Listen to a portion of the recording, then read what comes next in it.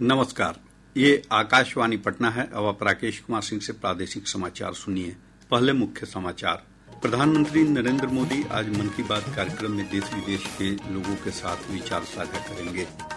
बिहार में जारी SIR के तहत दावा आपत्ति आवेदन के लिए अब केवल 2 दिन शेष। आज प्रत्येक बूथ पर उपस्थित रहेंगे BLO।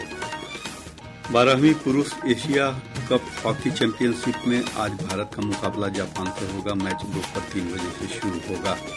और प्रदेश में मानसून कमजोर हुआ। मौसम विभाग के अनुसार आज गोपालगंज, पूर्वी चंपारण, पश्चिम चंपारण और भागलपुर जिले में कुछ स्थानों पर तेज हवा के साथ बारिश की संभावना। अब समाचार विस्तार से। प्रधानमंत्री नरेंद्र मोदी आज सुबह 11 बजे आकाशवाणी पर मन की बात कार्यक्रम में देश विदेश के लोगों के साथ विचार साझा करेंगे। यह इस कार्यक्रम की 125वीं कड़ी होगी। कार्यक्रम का प्रसारण आकाशवाणी और दूरदर्शन के पूरे नेटवर्क पर किया जाएगा। इसके अलावा मन की बात का प्रसारण आकाशवाणी की website news on AIR mobile app पर भी उपलब्ध होगा। कार्यक्रम को प्रसार भारती के वेब्स OTT प्लेटफॉर्म पर भी सुना जा सकता है। मन की बात कार्यक्रम का आकाशवाणी, दूरदर्शन समाचार, प्रधानमंत्री कार्यालय और सूचना तथा प्रसारण मंत्रालय के YouTube चैनलों पर भी सीधा प्रसारण होगा। इसके तुरंत बाद मैथिली भाषा में इसका प्रसारण आकाशवाणी के दरभंगा केंद्र से किया जाएगा। इसी प्रसारण को दोबारा रात्रि 8 बजे से भी सुना जा सकता है।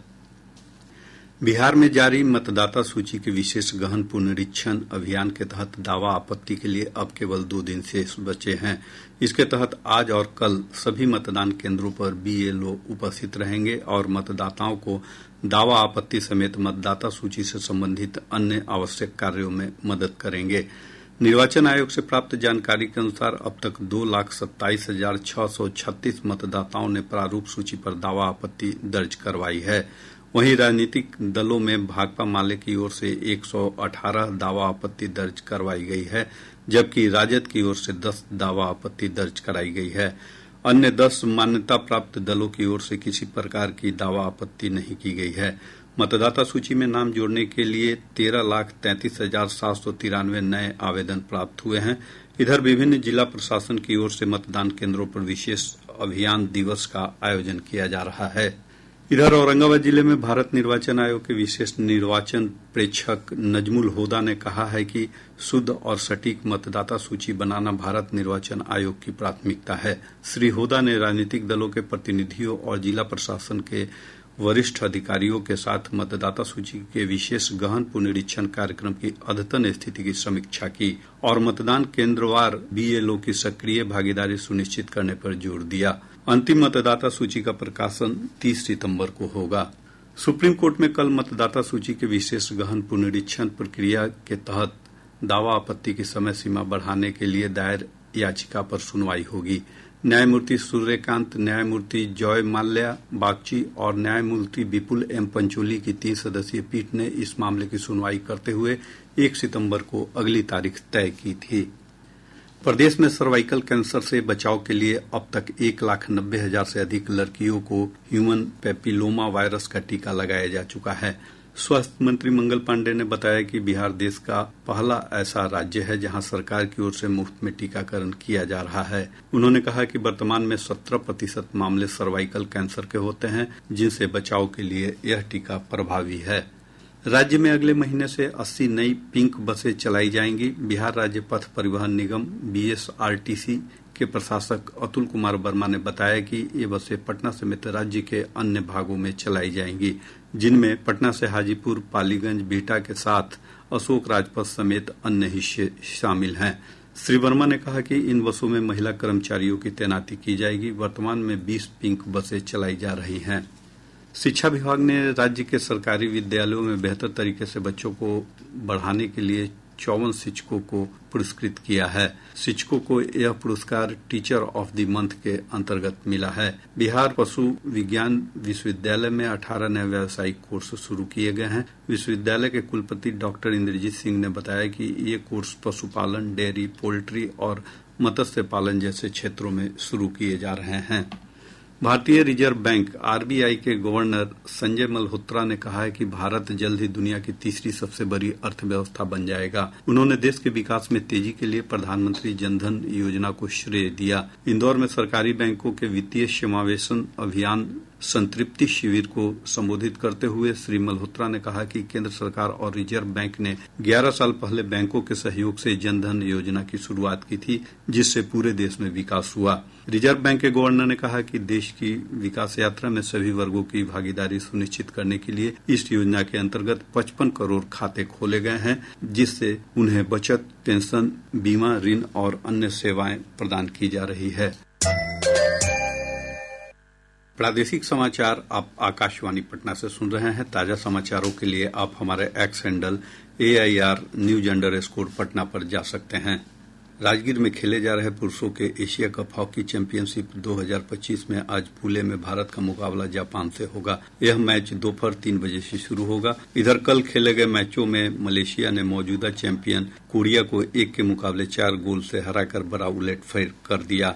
मलेशिया की ओर से अखीमुल्लाह अनवर ने 3 गोल किए और हैट्रिक के साथ मलेशियाई टीम की जीत पक्की की, जबकि अशरान हमसानी ने 1 और गोल जोड़कर कोरिया के खिलाफ जीत का अंतर बड़ा किया। इसके जवाब में कोरियाई टीम बेहद कमजोर नजर आई और केवल 1 ही गोल कर पाई, जिसे जी जिन ने दागा। 5 बार की खिताब विजेता कोरिया को इस चैंपियनशिप का मजबूत दावेदार माना जा रहा है। वहीं एक अन्य मैच में कोरिया ने चीनी ताइपे को बड़े अंतर से पराजित किया था। इससे पहले पूल बी के एक अन्य मुकाबले में बांग्लादेश ने चीनी ताइपे को 8-3 से पराजित कर दिया था। बांग्लादेशी खिलाड़ियों ने शानदार प्रदर्शन करते हुए 6 में से 4 पेनाल्टी कॉर्नर को गोल में बदलने में सफलता हासिल की। अशरफुल इस्लाम, रकीबुल हसन और मोहम्मद अब्दुल्ला ने अपनी टीम के लिए 2-2 गोल किए थे।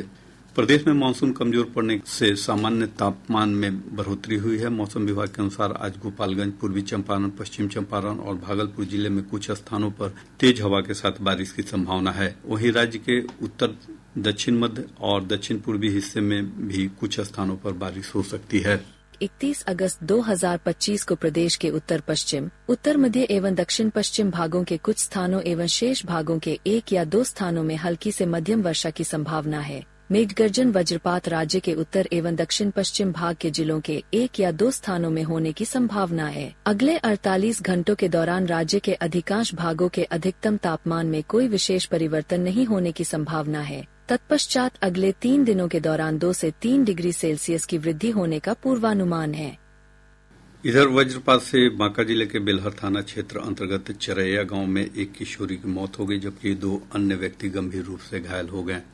पड़ोसी राज्य झारखंड और उत्तर प्रदेश में बारिश के कारण प्रदेश से होकर गुजरने वाली गंगा, सोन, गंडक, बूढ़ी गंडक समेत विभिन्न नदियों का जलस्तर बढ़ रहा है। गंगा नदी का जलस्तर पटना के गांधी घाट, मुंगेर, भागलपुर और कहलगांव में लगातार बढ़ रहा है, जबकि अन्य स्थानों पर खतरे के निशान से ऊपर बना हुआ है।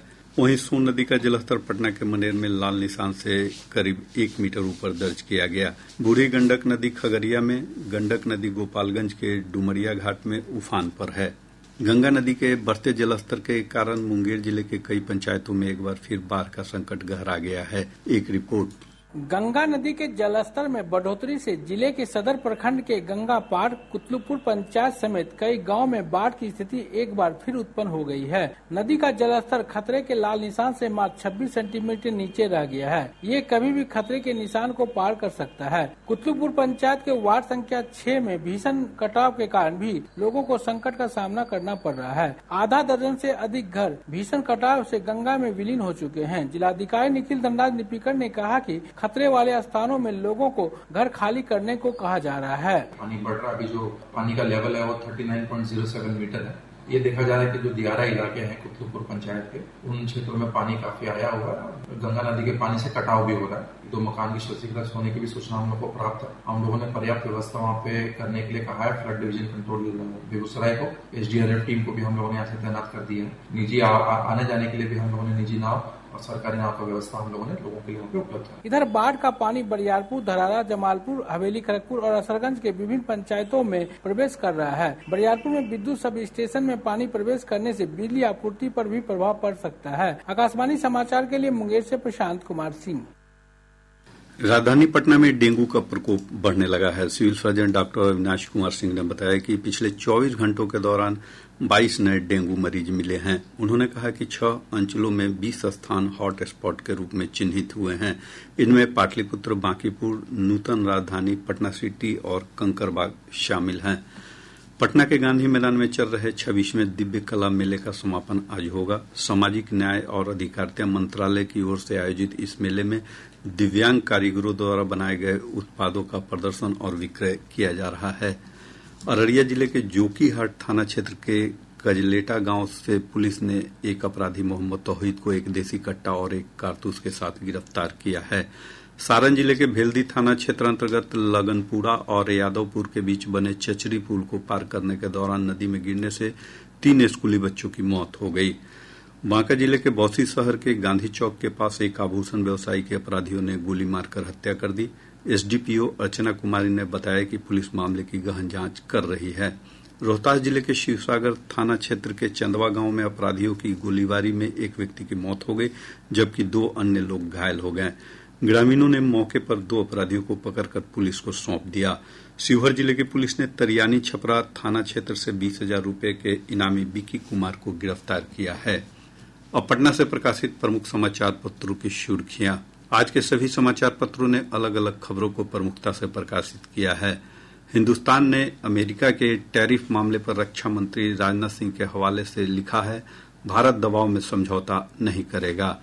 दैनिक भास्कर पटना मेट्रो पर बड़ी खबर बनाते हुए लिखता है, 2 दिन बाद से ट्रायल होगा मगर पहले स्टेशन का काम अब तक पूरा नहीं।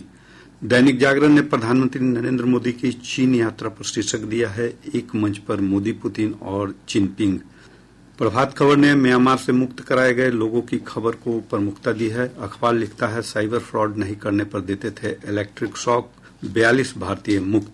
आज अखबार की सुर्खी है, प्रदेश में 5 IAS का तबादला, शिक्षा विभाग के अपर मुख्य सचिव एस सिद्धार्थ बने विकास आयुक्त। और अब अंत में मुख्य समाचार एक बार फिर। प्रधानमंत्री नरेंद्र मोदी आज मन की बात कार्यक्रम में देश विदेश के लोगों के साथ विचार साझा करेंगे। बिहार में जारी SIR के तहत दावा आपत्ति आवेदन के लिए अब केवल 2 दिन शेष। आज प्रत्येक बूथ पर उपस्थित रहेंगे BLO।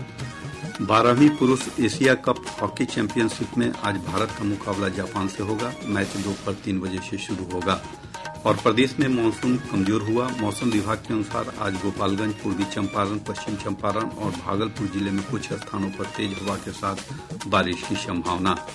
इसके साथ ही आकाशवाणी पटना से प्रसारित प्रादेशिक समाचार का ये अंक समाप्त हुआ। आकाशवाणी पटना से अगला समाचार बुलेटिन दोपहर 2 बजे प्रसारित किया जाएगा। नमस्कार।